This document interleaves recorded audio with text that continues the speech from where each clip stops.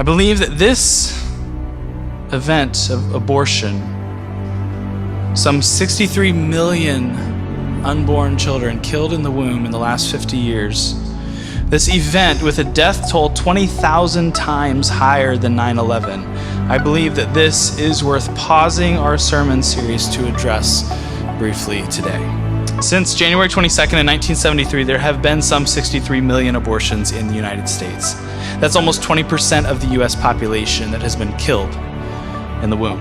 That is as if you lined up everyone in the states of New York, Florida, Pennsylvania, and Virginia and killed them.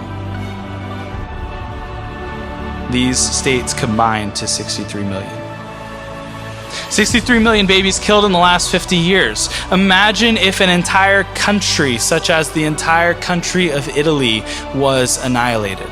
Or imagine if Tanzania was wiped off the planet, or South Africa, or France.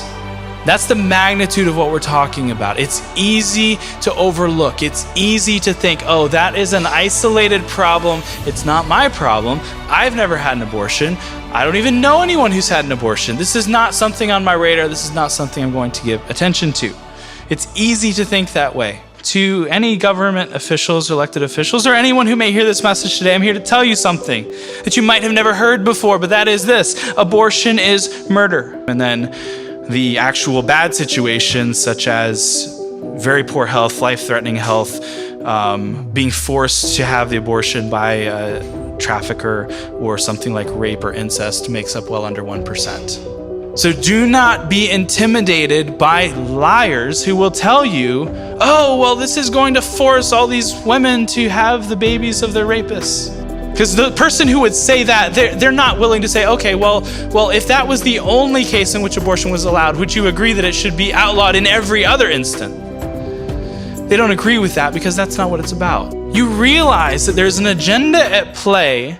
You can watch documentaries about this, that talk about this, that expose the reality that this entire movement has been built on lies from the get-go, including terms like my body, my choice. They knew this is not the woman's body. This is a separate body. This is a separate human being that you're killing. But if we can build slogans that are repeatable and chantable, that sound nice to the uninformed, we can build a movement. There never was a more innocent person. There never has been more innocent bloodshed than the blood of the unborn child in the womb. The fetus dodged the catheter and tried to hide in the top of her mother's uterus to get away. In horror, I watched as he inserted a forceps clamp and grabbed her tiny leg. She writhed around in pain, trying to break free, but there was nowhere for her to go. Then the doctor pulled hard until her leg ripped away from her body.